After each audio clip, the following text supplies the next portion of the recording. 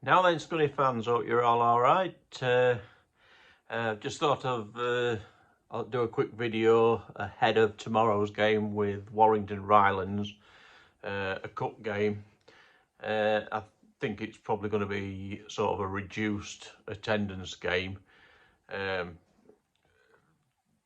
I don't think all the stands are going to be open.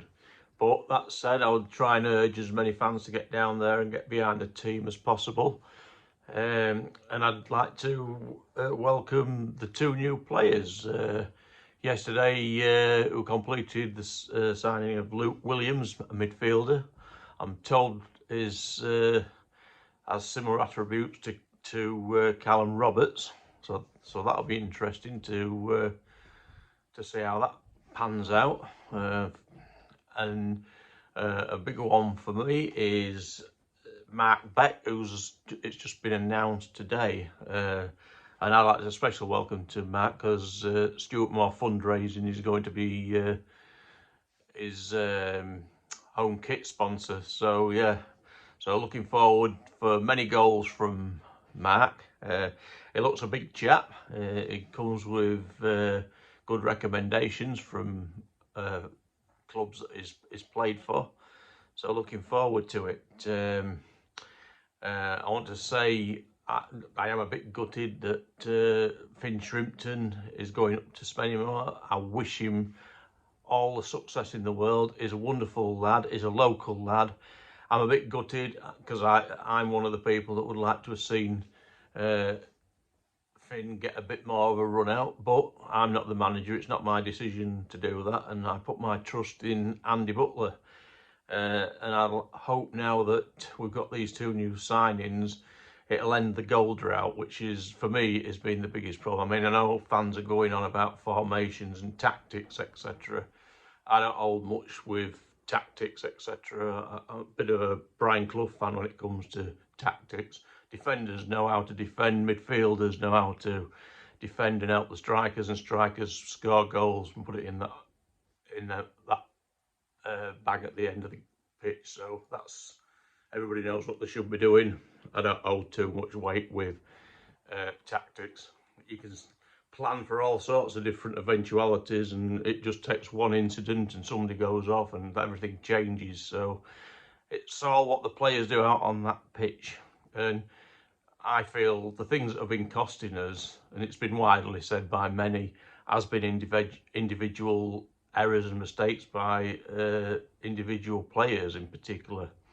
I don't even think the football's been particularly awful. I think we've created opportunities and chances. I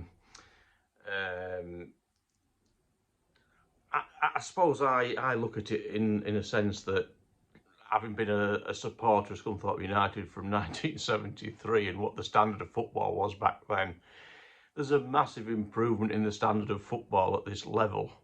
If people think it's people think it's awful football, they ought to have, I don't know what they'd have done in the 70s. But I mean, we probably all still moaned. We didn't have social media then, and I think that was probably a good thing in one sense, because I think social media magnifies issues, and fans, you've seen it on social media, the toxicity between fans falling out, those that support the management and the club, and those that don't and want to see a change. I'm in the camp of whoever the manager's going to be. I think I will always give a manager the full season and judge him on the end of the season. I did it with Jimmy last season. I supported Jimmy. And I'm going to support Andy Butler, and I will make a decision on whether I think he's done a good job at the end of the season, not a few games in. If this club hasn't learned anything over the last 5 years, sacking managers every time something goes wrong, or there's a little lull in form, that's been a part of the problem.